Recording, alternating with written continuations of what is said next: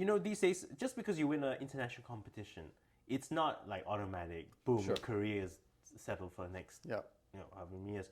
You also have to work just as hard in promoting yourself. of course. Right? You can't just stop Yeah. and just think, oh, I'm a gold prize winner, a first prize winner at, Yeah. so that's going to carry you. Welcome, Jack. Oh, yes. Welcome to this podcast. So I'll just introduce a little bit Jack. Jack is a manager and a producer at Jack Lin Asia agency. And please introduce yourself a little bit. Tell us what you do and who you are and how are you connected to classical music. Okay, well, I studied violin at the beginning, so I went to school as a violinist, and it was only my final year of graduate school, that I decided that I wanted to try something a little bit different. So I actually interviewed for an internship with the Baltimore Symphony Orchestra in the marketing department, writing press releases. Whoa. Yeah, so I did that for about half a year. And then after that, I joined Lauren Mazel's opera festival. All right. Castleton in Virginia. Okay. So I kind of worked as sort of an assistant to the general manager and to the maestro. So doing all the back end sort of stuff. Okay. Yeah, which is like moving chairs and stands. But it's a little bit more than that. Yeah. Yeah. Yes, carrying his scores. No, it looks good on my CV, but Yeah, and after that you applied for a job. Yes, that's right. So by that stage, actually, the company that I'm working with now got me in. So then I moved to Singapore. Oh, right. And then that was 10 years already. So Why did you decide to go into these managerial roles? What was your first decision going from the violin to becoming an assistant and writing the press releases? Why did you do that? So it was kind of by accident in a way, because when you go down the music school route, you're very focused. You just practice, and in a way, it's quite competitive because everyone around you, they practice, and everyone sort of, their dream is either you become a soloist, you win competition, or be an orchestral musician, etc. Right? So it's a very, especially in music school, it's that very one track direction, which is, I guess, when you're young, like teenager, 18, 20s, that gives you that sort of focus, which is in a way good, and that trains you, your technique and your skills. But I guess as you get older, and especially when you're doing graduate school, you start to see the world. The world is not just a practice room and then audition, and then, the world is everything else, because you have to think about your career. And as you say earlier, just because you practice, it doesn't mean that you make it, in a way, because the world has changed so much compared to the older generation of, say, Gidon, right? Yeah. So in that era, you really practice, that could lead you somewhere. But today it's so different because your audiences are so different. It's a very different generation, and the world has become so globalized that, and with technology, people's attention span changes, right? So the focus is very different. So and then I felt that, at least for my story, was that you practice all that, and then I felt that you get to a certain level, but then you get so stressed about it, and then how can you do better? What is it that you want to do? Do you want to be in an orchestra for the rest of your career, just playing in the back of the second violins of decent but probably not the best orchestra? Would I be happy doing that for 20 years? Then I realized actually the answer is no, not really. So then what else could I do? So it was then my accompanist at the time, she was quite wise. She said, why don't you continue to practice and do that? Why don't you start looking around to see what other things you could do in music, if that's what you want to do? And that's when I thought, okay, I'll have a look around, and I sort of started to. That's where I started to look into maybe performance track wasn't quite what I wanted. It was towards the end of my masters in violin. So I was actually looking at doctorates in musicology, something a little bit different.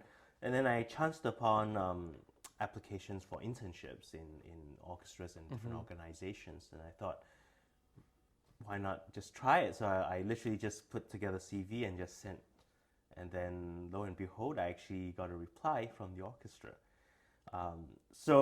And I remember when I went for the interview, they said that actually they normally don't take people not in that position, which was a marketing role. And they told me, the orchestra office told me when I went for the interview, they said that usually they don't, they only look at people with a business or from business school or marketing, that sort of area of study, right? So, but they thought that it was interesting that I, coming from music, would do this, so they thought they would give me a try. And that's how it happened. And and then one thing led to another. I applied for a few more positions, and I actually got it. Great, but it's amazing to figure out what you want to do at such an early stage, because maybe then there are some people who finish the school and they feel, okay, I've been studying for this for 15, 20 years. I need to do what this. Yes. But it's great to have such a self-awareness to like, okay, like, do I want to do this? I go I other think direction.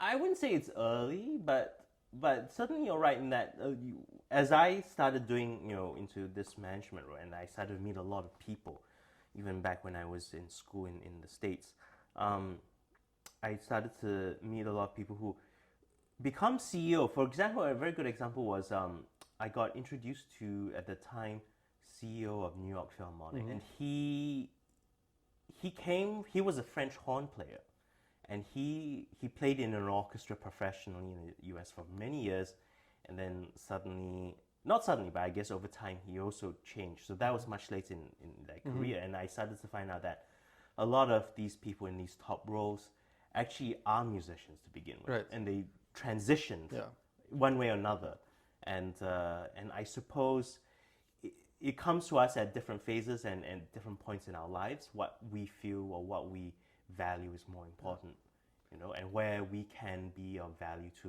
the organization or to the art, Yes, but sometimes maybe it's you might feel like, okay, I have something to say as an artist and as a musician, but you might feel that like it is so much more useful you can do for the organizations that you, for example, believe in, or you feel like, okay, I want this organization to be always on stage and playing. What can I do to make it happen more?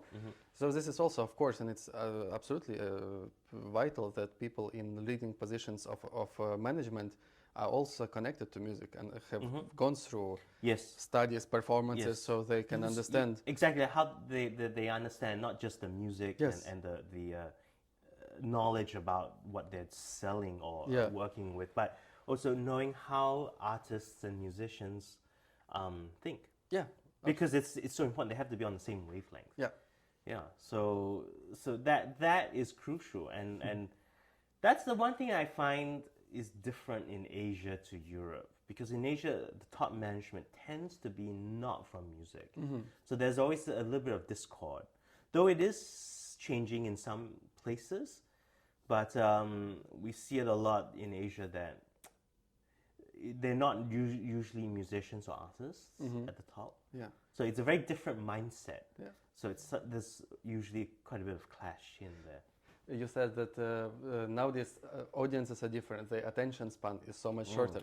So how you as a manager and as a producer, do you somehow think about it when you produce a concert, when you want to make a concert, make a program and invite an artist? Do you think about those things, like the audience, the attention span, or it's not really in your power? Because when you invite an artist, probably an artist just wants to play what the artist wants to play, no? Yes and no. There's never a right answer or wrong answer, or there's never a set formula. I think it depends on the context. And it depends on where the concert is going to be and who the artist is, I think.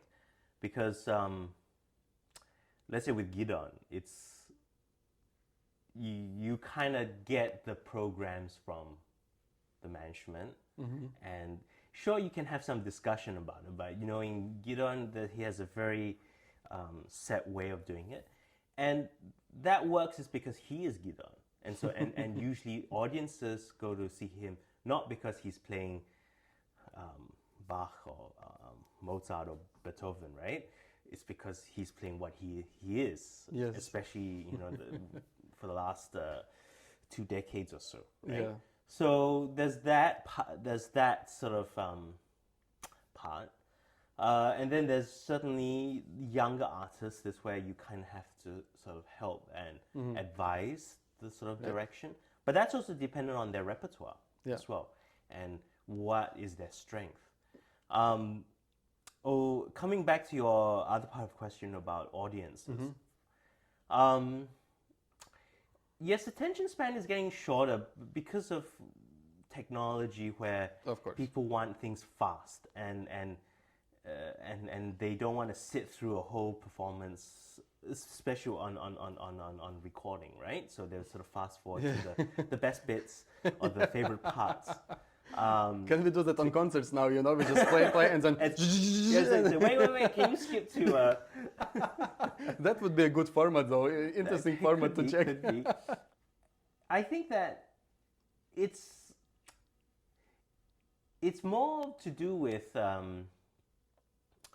how audiences, when they get bored, would they want to come back?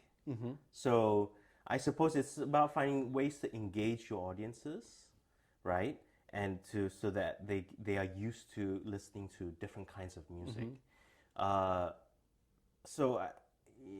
mean, there will always be an audience for something. So it's just a question of how many audiences, how many people can you attract for them to come. But how do you think, this audience engagement, is it only programming pieces that make people come back, or is it a format of the concert where you have to communicate with audience, or that you need to make it somehow interactive, that the audience feels like a part of it? How do you tackle this question of to engage the audience so they come back the second time and the third?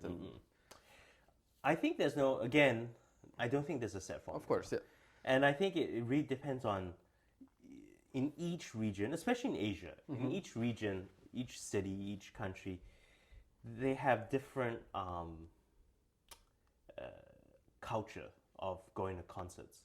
So what attracts them. Sometimes it is programming. Sometimes it is you're getting the right artist.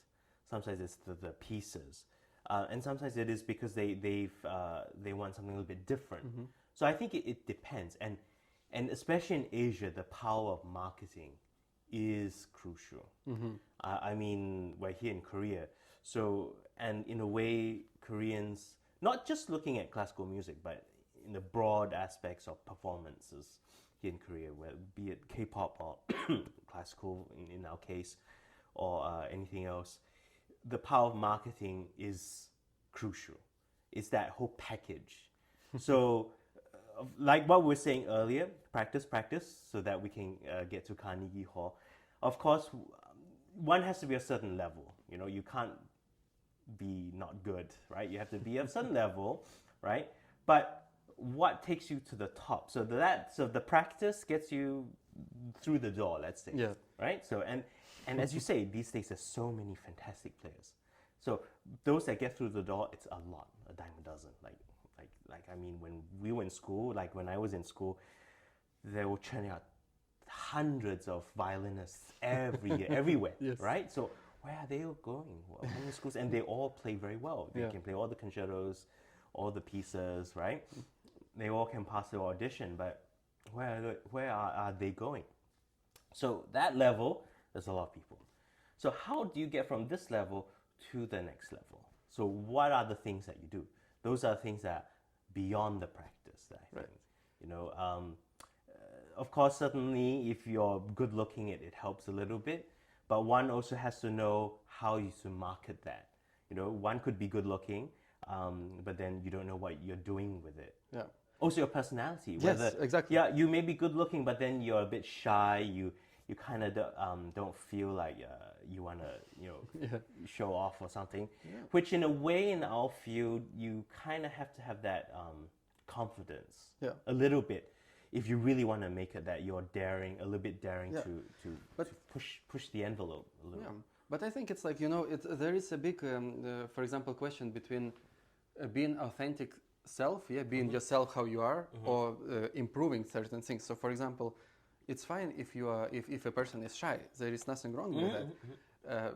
Then it's just a question, like, would you like to stay shy and maybe go for some other things if you are not, if you're not maybe confident enough to go and talk to the right people, to start networking and creating, a big list of contacts and everything. It's okay, but you need to know that it might be, it might make it harder for you to have a certain career if you want to be a soloist or like some big chamber musician.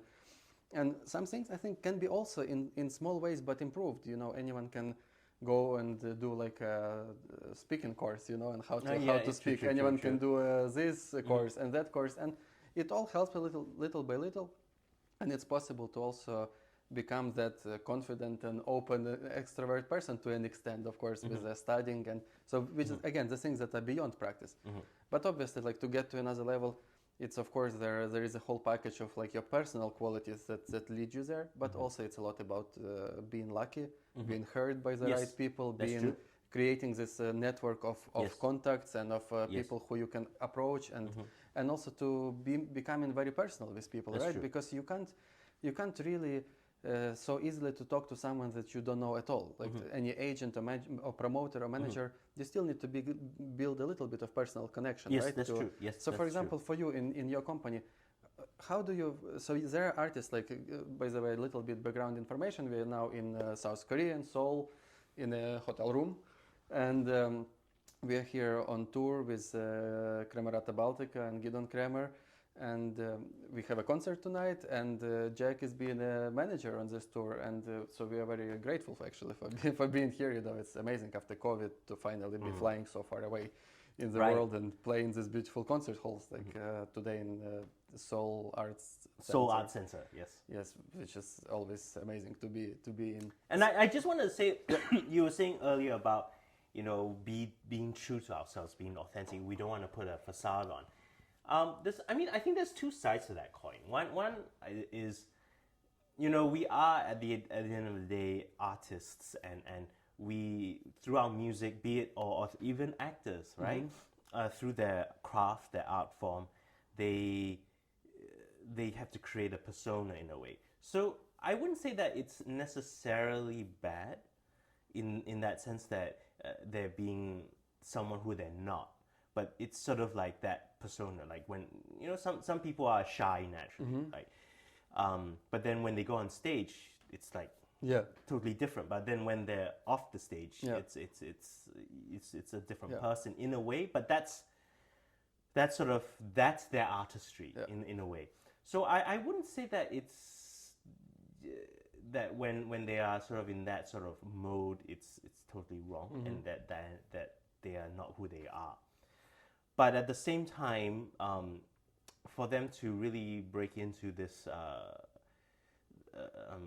career, I think they do need to have that awareness that in certain circumstances they have to be a little bit more confident when speaking to people, or trying to be a little bit stand their ground about who they are and what they're trying to do a little bit. But of course, it has to be. They have to be very tactful and mindful in how to do that. You don't want to overdo it and sort of get people unhappy about it or something like that, right? So it's knowing to be tactful, basically. So it reminds me of a story. So my teacher back home in Australia, Paul Wright, is sort of a bit of a legend back in Australia, and he studied in London, in the UK at the Menuhin School. He was a student of Menuhin, and he went to school with the British violinist Nigel Kennedy, and he used to tell us stories that, because they went to school very young, probably in pre-teens, right, 10, 12 years old. So they used to go to school together, and he remember Nigel Kennedy being this very shy, quiet kid.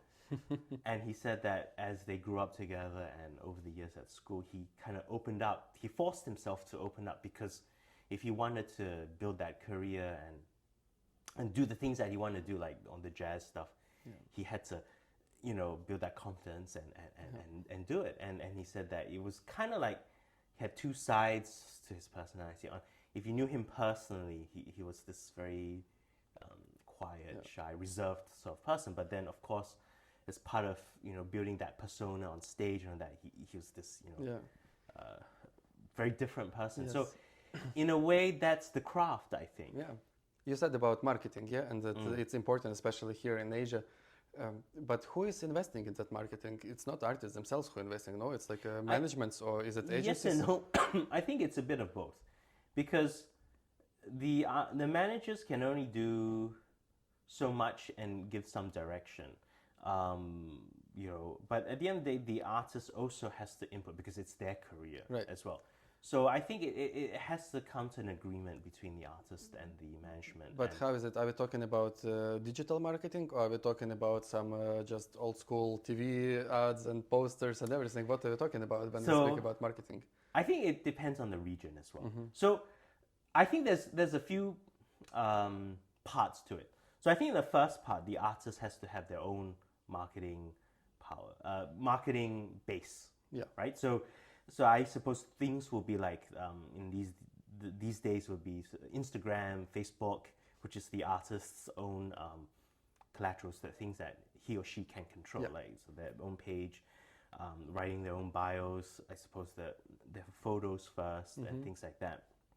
Then there's their agent or their managers, which kind of put a different spin on it, I suppose, on their own websites and when they need to speak with their potential presenters and orchestras or whoever. There's that sort of internal kind of marketing. Then there's the end product, which is the orchestra or the presenters or whoever is presenting the artist. Then they do it for their city or their region. Right. And that's again links back to how successful is the marketing done from the beginning, which is the first part, which is the solo artist part. So a very good example would be if say a soloist A or artist A has a very strong Instagram follower, or they have social media wise, or in terms of marketing, they're quite strong by themselves. They can command ticket sales just on their own. That shows value to the end product, which is the presenter, say. Because to them, they say, well, if soloist A asks for X amount of money, it could be high, right? But already, if we do that, there's a certain amount of returns already that they can calculate from ticket sales, even without doing anything. That's an easy formula to see. So then they don't need to spend so much on their own end marketing because this artist already comes with like guaranteed ticket sales, for example. This is actually amazing how you just explained the value of social media for an artist, because social media is not like a vanity project, or it's not simply like, oh, everyone is doing it, so I'll do it too. I think it's a little bit like, it is still a vanity project in a way, because but it's how we as a modern society, well, I suppose as society in general, not just modern, it's this put it in a blunt way, of like a perversion of people looking into someone else's life, and we get excited about it sometimes, right? Because it's like especially if someone celebrities, right? We all like to sort of see where they're eating, where they're going, what they're wearing, what they're doing today, and especially in these days, like with the stories, I like to see their day-to-day, what's in the day in the life of a celebrity X, for example, right? And people get excited and they follow and they like and make comments and stuff like that, and I would say that's not a new phenomenon. I mean, we look at that 20, 30 years ago with paparazzis. Okay, I mean, because of technology, it wasn't as fast, right? But you have those magazines, following celebrities and things like that. And now everyone is their own paparazzi, right? Because you do it on the selfie. Yeah, exactly. And also through social media, it's so fast. Yes. Tracking and all that. And it's everywhere. It's global and it's instant. Yeah. And that's sort of partly also the attention span, because things are so fast now that I within 30 seconds I know like celebrity X, what they're doing, Yes. where they are. Yeah. You know, But you would say then that it makes sense these days to really invest, as an artist, to invest your time and energy, or to have a team around you who invest this time and energy into building this social media presence and internet presence, and to have. I'm not only saying that you need to work only for numbers, because you need not only a lot of followers, you need loyal followers who Yes. are interested in what Yes. you do, that Yes. that will in the end buy tickets or watch that live stream and things Yes. like this. So it makes sense to invest time in this, right? It Oh, yes, gives yes, a signal to I think managers and promoters. yes, I think I mean, it's time. Time is money, right? Mm-hmm. So yes, to invest your time to do it, and it's not just like, oh, I'm posting a photo of what I'm eating for lunch or whatever, right? It's also about creating a content that gets people's attention, It's right? Absolutely. Yes. So it's not just, oh, I'm a violinist, or here, let me play some stuff. Yeah, it sounds cool. But yeah, okay, you get the music nerds they'll probably, oh, that's really good. Like, but then what the people that you're trying to attract is not necessarily those that play music, Right. because those people who play music and understand music, they most of the time, in my opinion, they've made up their mind whether they like you or they don't, right? Because they know like the best example is for classical concerts in Asia is I always think that in a way it's not so important to attract people who know music to the concert, because they've made up their mind whether they like this artist or not, they like this program or not. Mm-hmm. It's those really out there that don't know music very well or don't have any background in music, and that's the ones that you're trying to attract. Mm-hmm.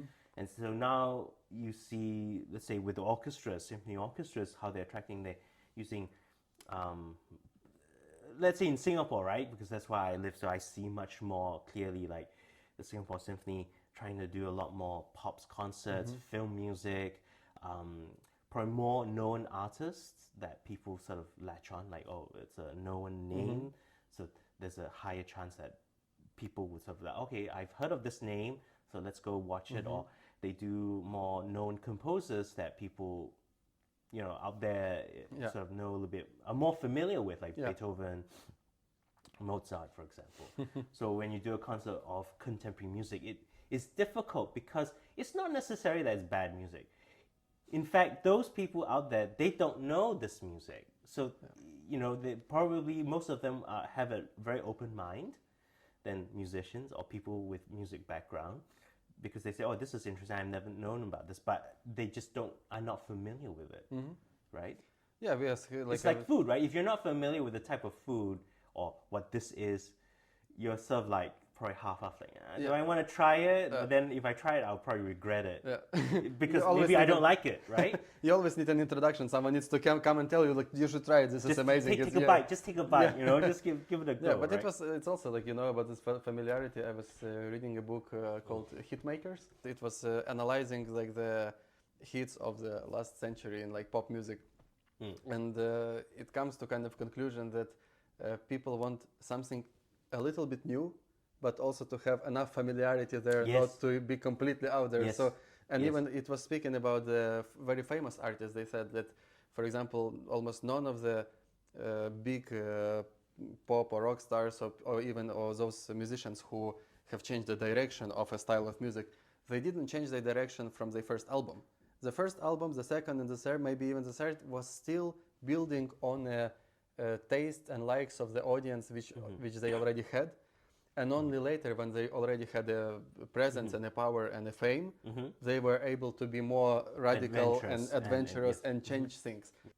How do you find the artists with whom you work? How do you approach the artists to make a concert tour for them in Asia, or do they approach you? How does this happen? Both ways. It goes both ways. And I think it depends on a number of factors. For us, because our specialty, the Sharks in Asia specialty, is actually touring in Asia Pacific specifically. So that's our territory.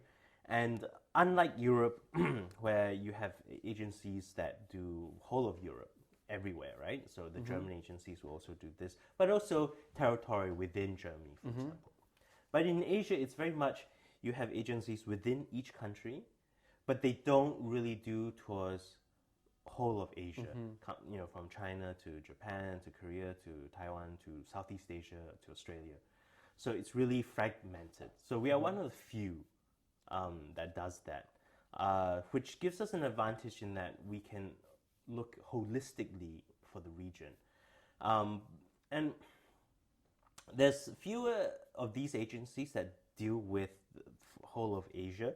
Partly is language is one thing, but also there's such a wide different culture and way of thinking throughout the different countries in the region. So it's very difficult to piece everything together. Yeah. So so in a way that a lot of artists have come to us because they see this as an advantage that we can bring to them when we tour. And also, it goes the other way around, like a lot of the presenters and agencies in Asia, because also it's a language thing, and sometimes it's when they want to bring an artist in, they want to share the costs with a number of different presenters. Yeah. But it's difficult for them to approach, say, a Chinese agency or a Chinese presenter to approach Japanese or Korean or wherever, because of different cultures and different mindset. So to have an agency like us in between helps to facilitate, to look at the bigger, broader picture. Yeah. But also, tell me, do you make, for example, when you approach an artist or artist approaches you, for example, and they say, I have this program to propose for you, like there is this concert that I want to play. How do you analyze, like, okay, can I sell this or not? Can I do a tour with this kind of program or with this artist or not? How do you come to that conclusion that you can take on this project and be successful with it? It's, again, there's no set formula. It really depends on what it is. And sometimes, as you say earlier, it's a little bit of luck. Like at the right time, the right opportunity. Like sometimes a certain presenter somewhere asks for, I'm looking for a certain type of programming. And just so happens someone sent me a message saying that they want a tour that fits this profile. And it just somehow pieces together. And then suddenly you find another presenter somewhere or client or somewhere that wants to do it. And then somehow you've strung together a tour. Yeah. So sometimes a bit of luck. And certainly in some cases, it is a long-term planning. Like for example, with Cremarata, I mean, the company has been working with Gideon and Cremarata way before I started with the firm. So it's a very long relationship, and in a way, this is a set formula that because people the presenters who present Cremarata, they kind of know what they're expecting and they understand the style and what it is. So in that sense, you guys are sort of a set formula. But on the other side of the business, there is the very impromptu, very kind of improvised, like, and in Asia, unlike Europe, in some places in Asia, not so much in Japan and Korea, it's very short-term planning, especially in China. Okay. So, well, it remains to be seen what happens now in the post-pandemic era. But let's say before the pandemic, quite often in China, especially the smaller cities, things could happen in 6 months. Okay, wow, it's surprising. For some reason, I always assumed that, like, if it's Asia here, like, also especially if it's like European artists coming here, then it needs to be planned for, like, 3-4 years. Oh yes, it's the big projects and the big cities, and especially Korea and Japan. But in like Hong Kong also is quite early, but a lot of the small places in China are very, very last minute. So it's a lot of like, but the big cities like Shanghai, Beijing is still okay. You still need at least a year to 18 months. Okay. Yeah, but usually we like to plan the big cities first, and then if there's like a small city, we put in.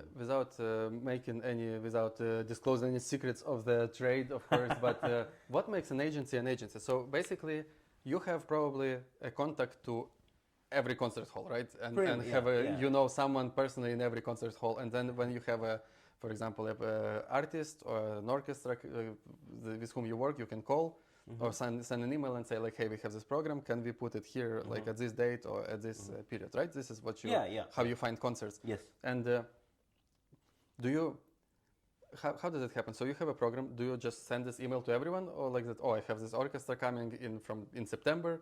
Do you send this email to everyone, or how do you decide who to ask, where to make this concert, who to talk to? Again, it depends on the project, Yeah. and it depends on. I mean, after doing this, and of course, being in the business, you know everyone basically, especially in your territory Yes. that you need to work, right? So, and there's always going to be some new company or new presenter popping here and there. So it's just being aware.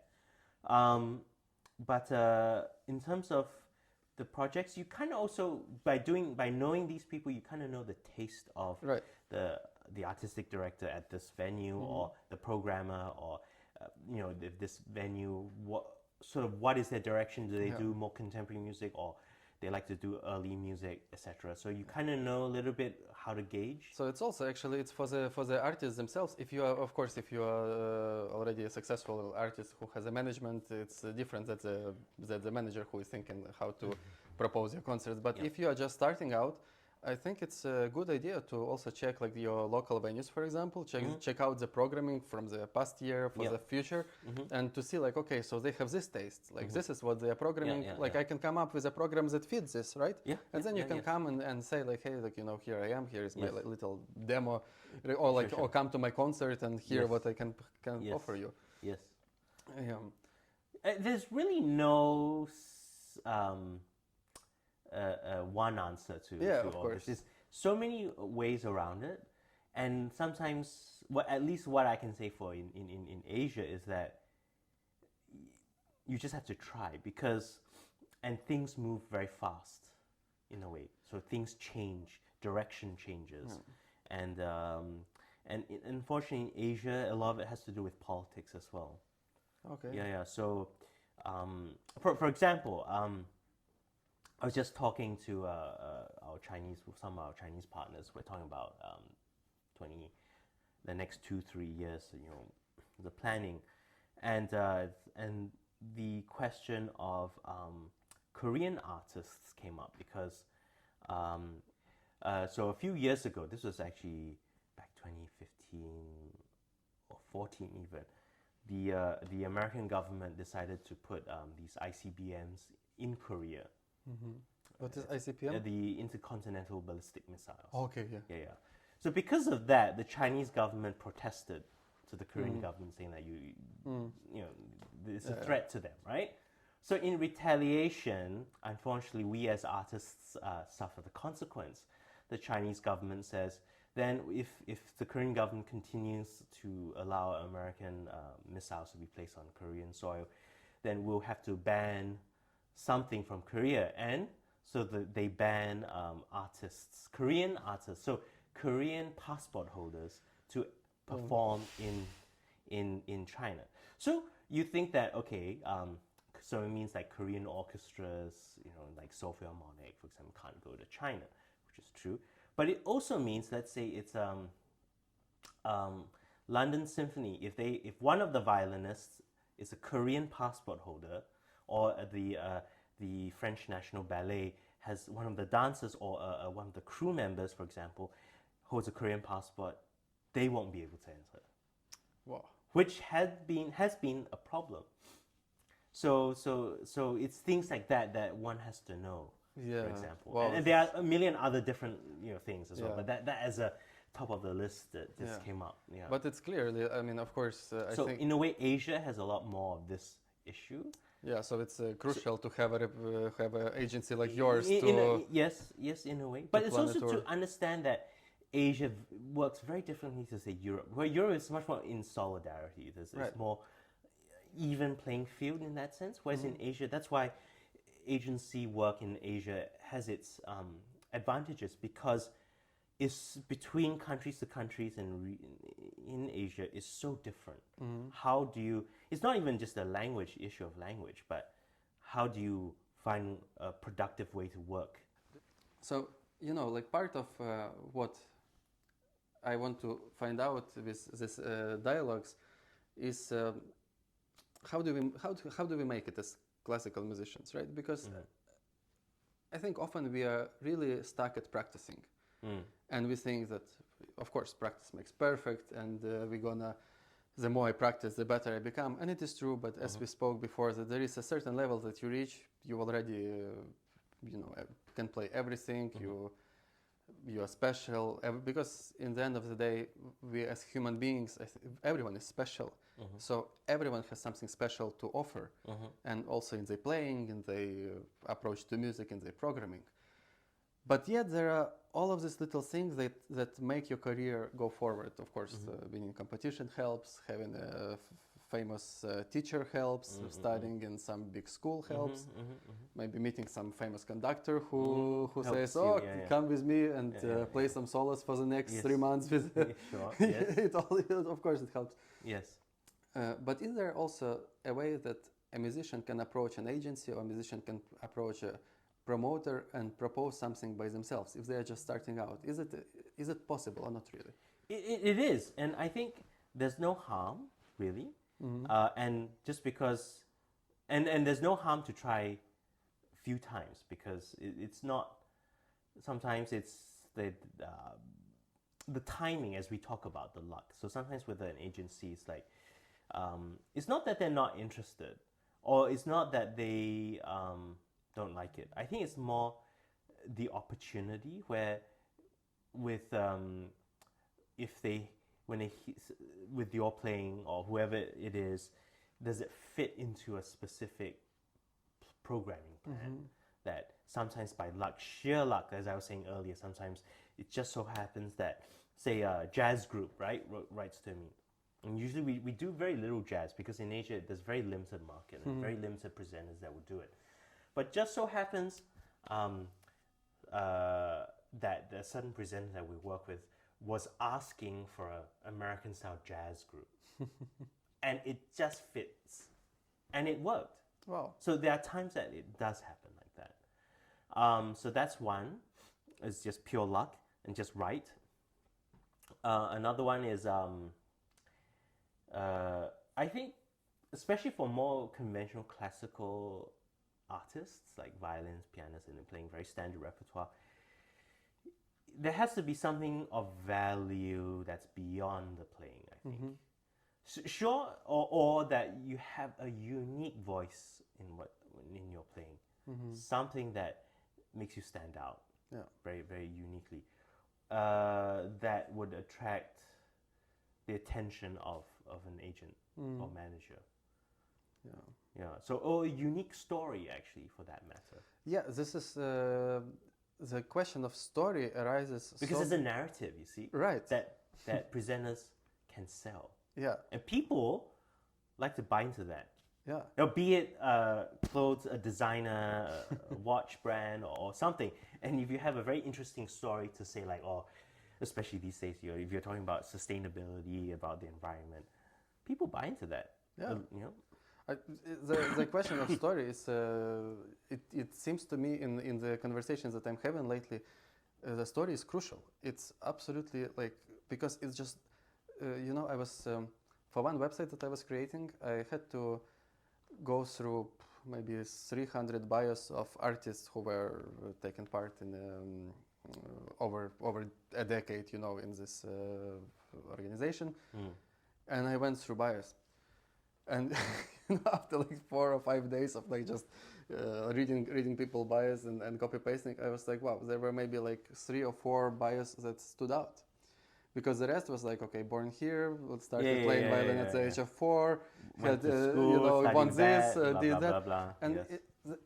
it's good to know. Of course, it's good to know this, but it does not tell a story. It does not tell what makes you stand out from all of the other artists who have just the same bio and just the same amount of medals on their chest. So also one suggestion is definitely going through a lot of bios. It's very, very important to have the first paragraph something special that it can be copy pasted, or like Yeah, that. it's something like you to grab someone's attention. Yeah, exactly. Like this first paragraph that I can read, and then I can tell someone, oh, this person is doing this and that. It's that comes down to attention span. Absolutely, it's like if you have a very long bio, like. I think you wouldn't even read it because when we see these long things, we just scroll. Oh no, it's so long. Okay, no. You just read the top part. Okay, yeah. I get the idea. This is also if people approach you, for example, what kind of like as a producer and manager, what kind of emails do you like to get? How short should the information be, and what should people send you? I actually like to read. Okay.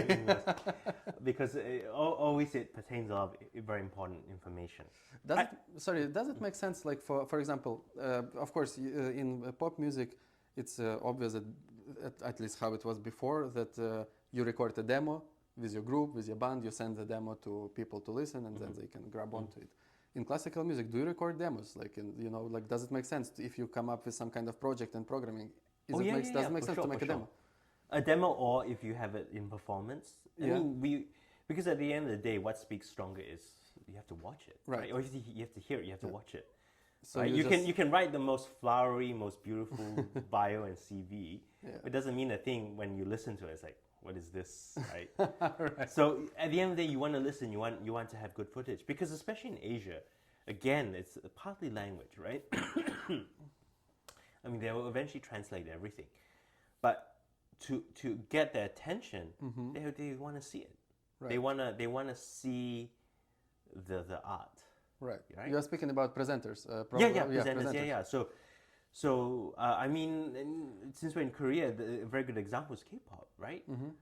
When was the last time you read anything about it? You just watch it, right? It's on TV. It's everywhere, and you just get attracted to it. Right. So it's that very polished sort of look, right? So I think videos are just important. I mean, if you have a footage of, even if it's for 5 minutes. Yeah. I mean, you don't need the whole thing. No one's going to sit there and watch the entire Brahms concerto. Yeah. Right? They'll listen to highlights. Yeah. Right? And then they'll just, get an idea of. This is very interesting. It's like, because it's also these days first of all, like I think after pandemic, at least from the concert halls where we play, I have a feeling that every concert hall has now a set of cameras built in microphones, and everything is ready for streaming and for video recording. And it feels like it's majority of concerts that we play now, they are either broadcasted live or they are recorded. Like it was not like this. I feel it was not like this. Like some. But that's just the times that we live in, and technology. I mean, you think about it. 100 years ago, recordings were very rare. Yeah.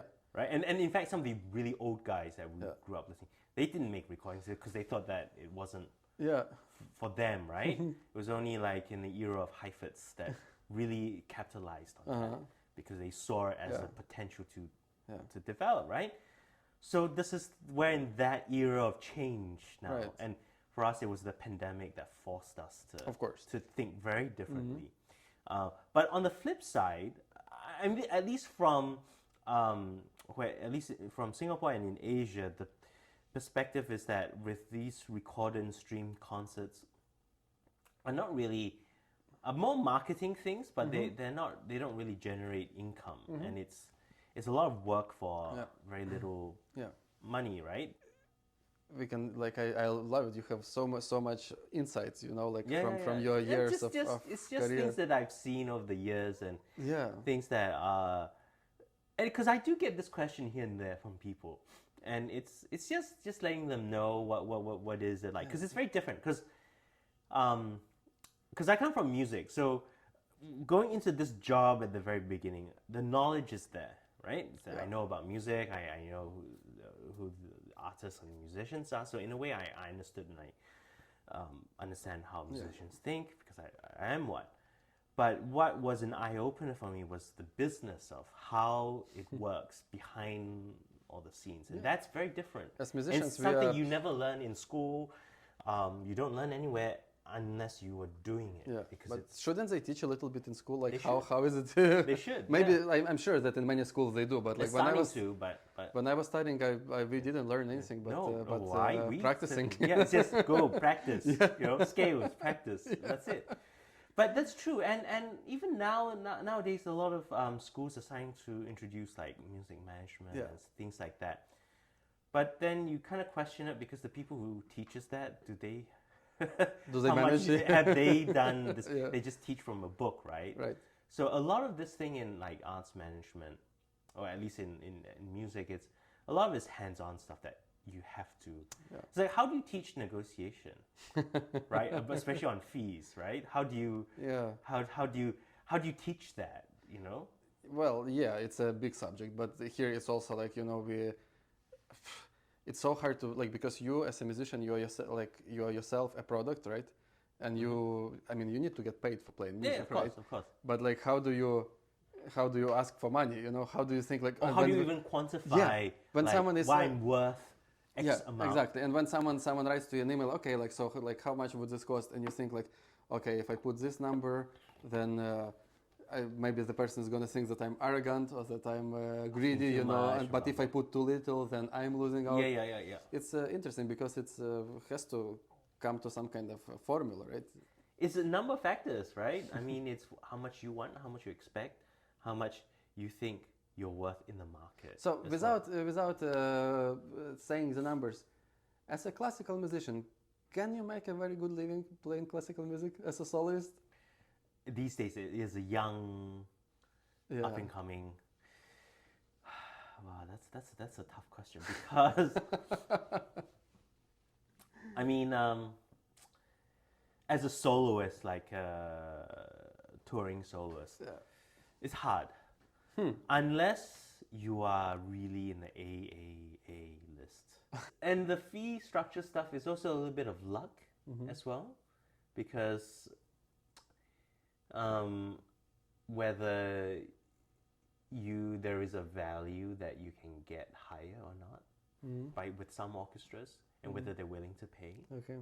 that kind of fee or not. So it's also always a trial and error. Yeah, it's like you always need to try and see.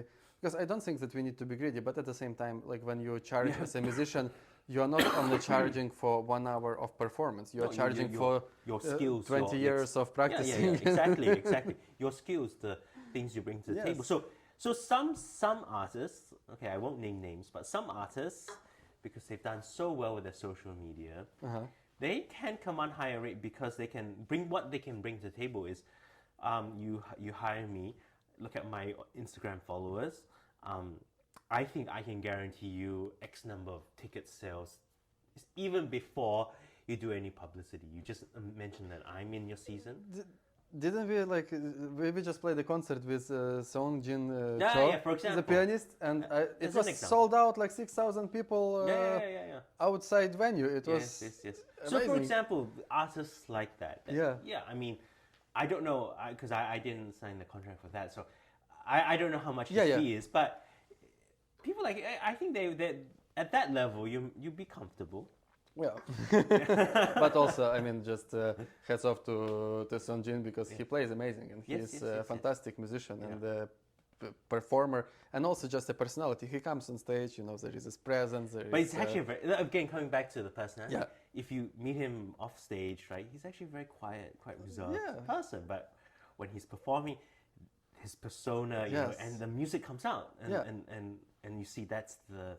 Yeah. That's the. But it makes me happy that like in most of the cases, it's still like you see that there are the special musicians and special performers and young ones also. And if you have something special to say with your music, then chances are you are gonna succeed. Then you just need to also know that there are certain doors which you need to knock on, and there are certain dues you need to pay, right? And like a certain network of connections around you that you can.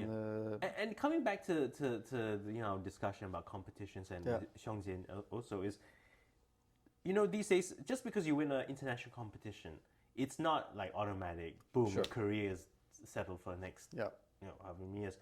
I mean, besides Xiongjian and a few others, for the past competition winners, first prize, I barely remember. Most of them, right? So it's also like, just because you win a competition, you also have to work just as hard in promoting yourself. Of course, right? You can't just stop and just think, oh, I'm a gold prize winner, a first prize winner at. So, that's going to carry you. You know?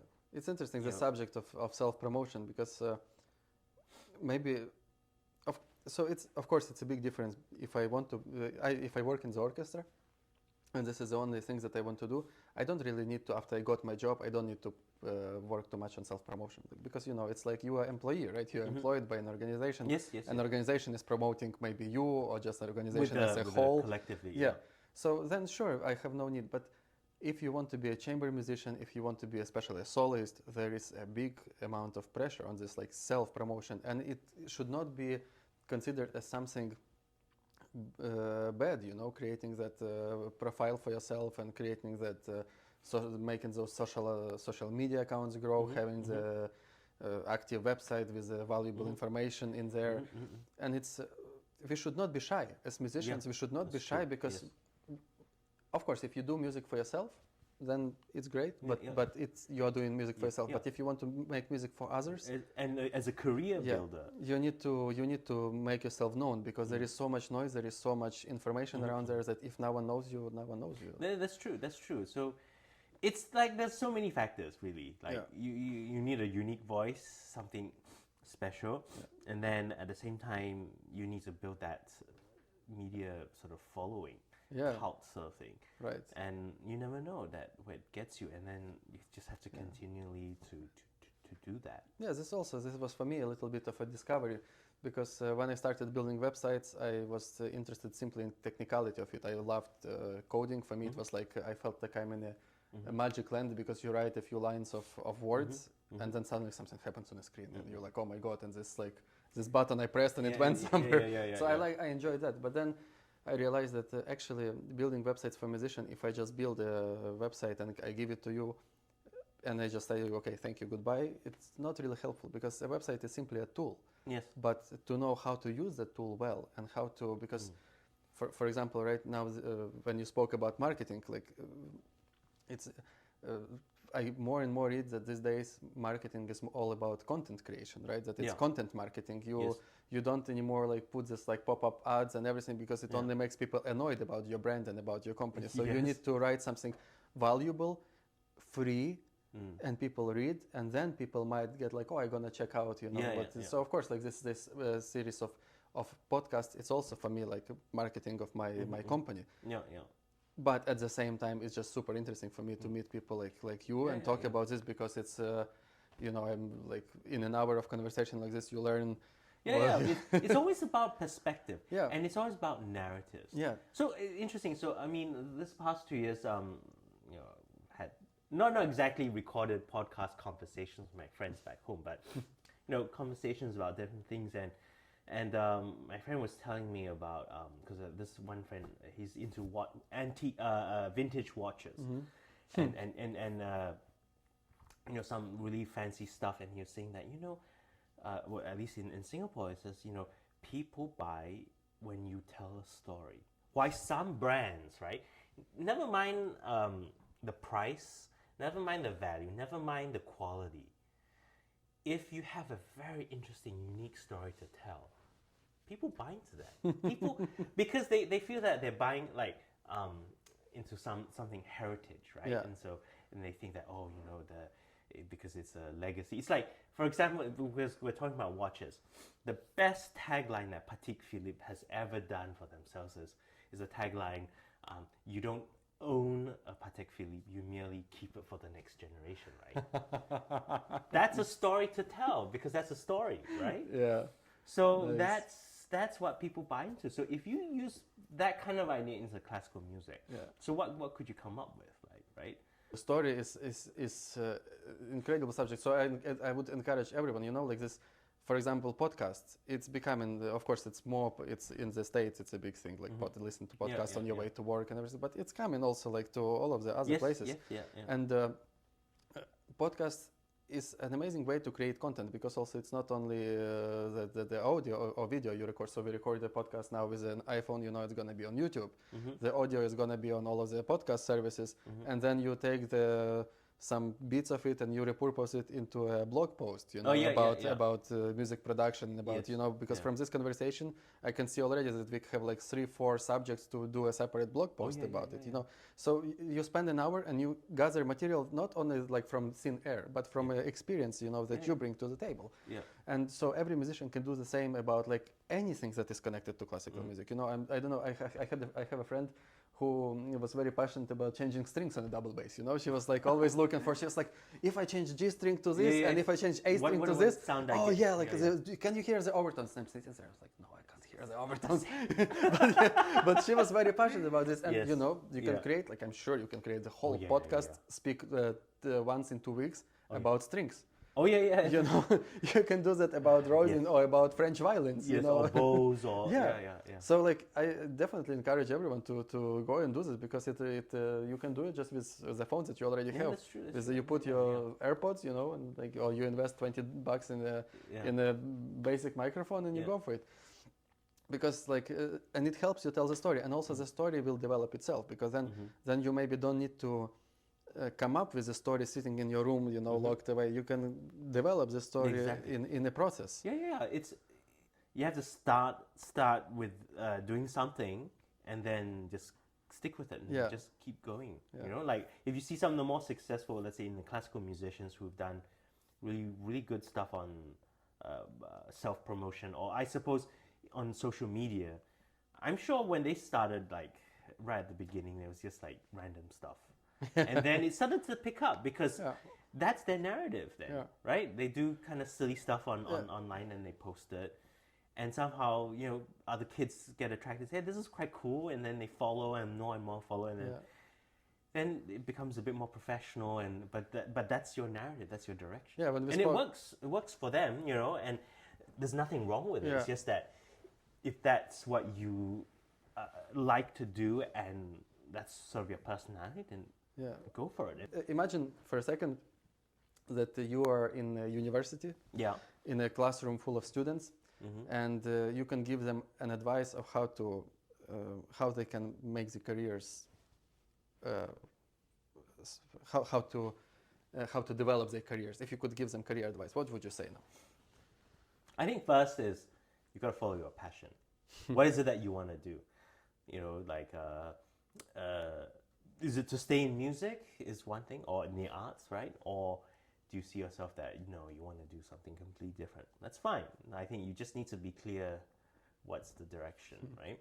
And then I think it's to work hard and just be creative. You got to think creatively, because a lot of problems always have a solution, directly or indirectly. And you just have to think a little bit outside of the box sometimes. That's great. Yeah. That's good. Thank you, Jack. And yes, and amazing. Thank you for your time. Yeah. And let's go to the concert. Yes, tonight.